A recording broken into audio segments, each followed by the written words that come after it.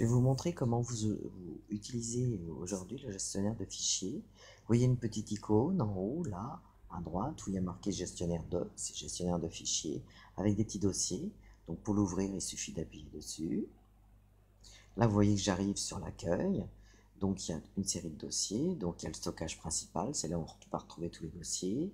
Il y a la carte SD, vous voyez que là elle est désactivée parce que nous n'avons pas de carte SD sur nos tablettes.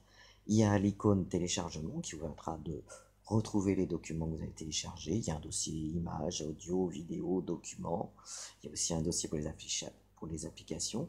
Et il y a aussi un dossier nouveau fichier pour les fichiers qui sont récents. Voilà.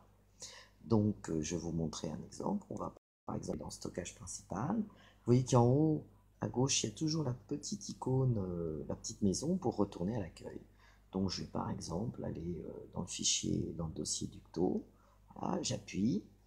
Et puis, par exemple, je vais pouvoir, vous voyez, donc le document, j'appuie faire un appui long. À partir de ce moment-là, je vais pouvoir le copier. Je vais pouvoir le déplacer. C'est-à-dire ça s'appelle couper. Donc pour le mettre à un autre endroit, je vais pouvoir le renommer, lui changer le nom ou même le supprimer. Et puis il y a le petit bouton plus qui vous permet d'accéder finalement aux propriétés. Alors on va commencer par un truc tout simple, renommer. Donc je fais un appui long, j'appuie sur renommer. Et puis vous voyez que l'intérêt, c'est qu'il n'y a plus qu'à retaper le titre qui nous intéresse. Moi, je ne vais pas beaucoup le changer. Hein. Je vais juste mettre Android 1. Et ce qui est intéressant, c'est que ça a laissé l'extension du fichier à l'extérieur. Donc, je vais taper 1 par exemple, juste 1 parce que j'aime bien ce fichier quand même. Puis, il n'y a plus qu'à appuyer sur OK. Voilà.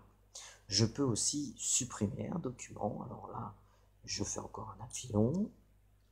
J'appuie sur supprimer. Et vous voyez que là, il me propose bien entendu de confirmer. Et je peux le supprimer définitivement parce que si j'appuie sur OK actuellement, il va uniquement aller dans ma corbeille. Mais si je veux qu'il n'aille même pas dans la corbeille, qu'il ne reste plus aucune trace, il faudra que j'appuie sur supprimer définitivement. En l'occurrence, je ne veux pas le faire. Donc je vais annuler. Voilà. Et j'aurais pu faire OK. Et quand on est dans le menu ici, on peut faire afficher, quand je reviens à l'accueil, le petit menu d'accueil ici, qui vous permet bien entendu d'accéder à la corbeille où il y a les éléments qui ont été supprimés. Alors là, ma corbeille est vide, mais j'aurais pu accéder à la corbeille. Alors je vais supprimer. Il y a aussi un petit en haut, là où il y a les 3 petits points. Ça vous permet d'actualiser, hein, parce que des fois il y a des fichiers qui viennent d'être rajoutés, votre liste. Donc voilà pour le fonctionnement de cet outil qui est très simple.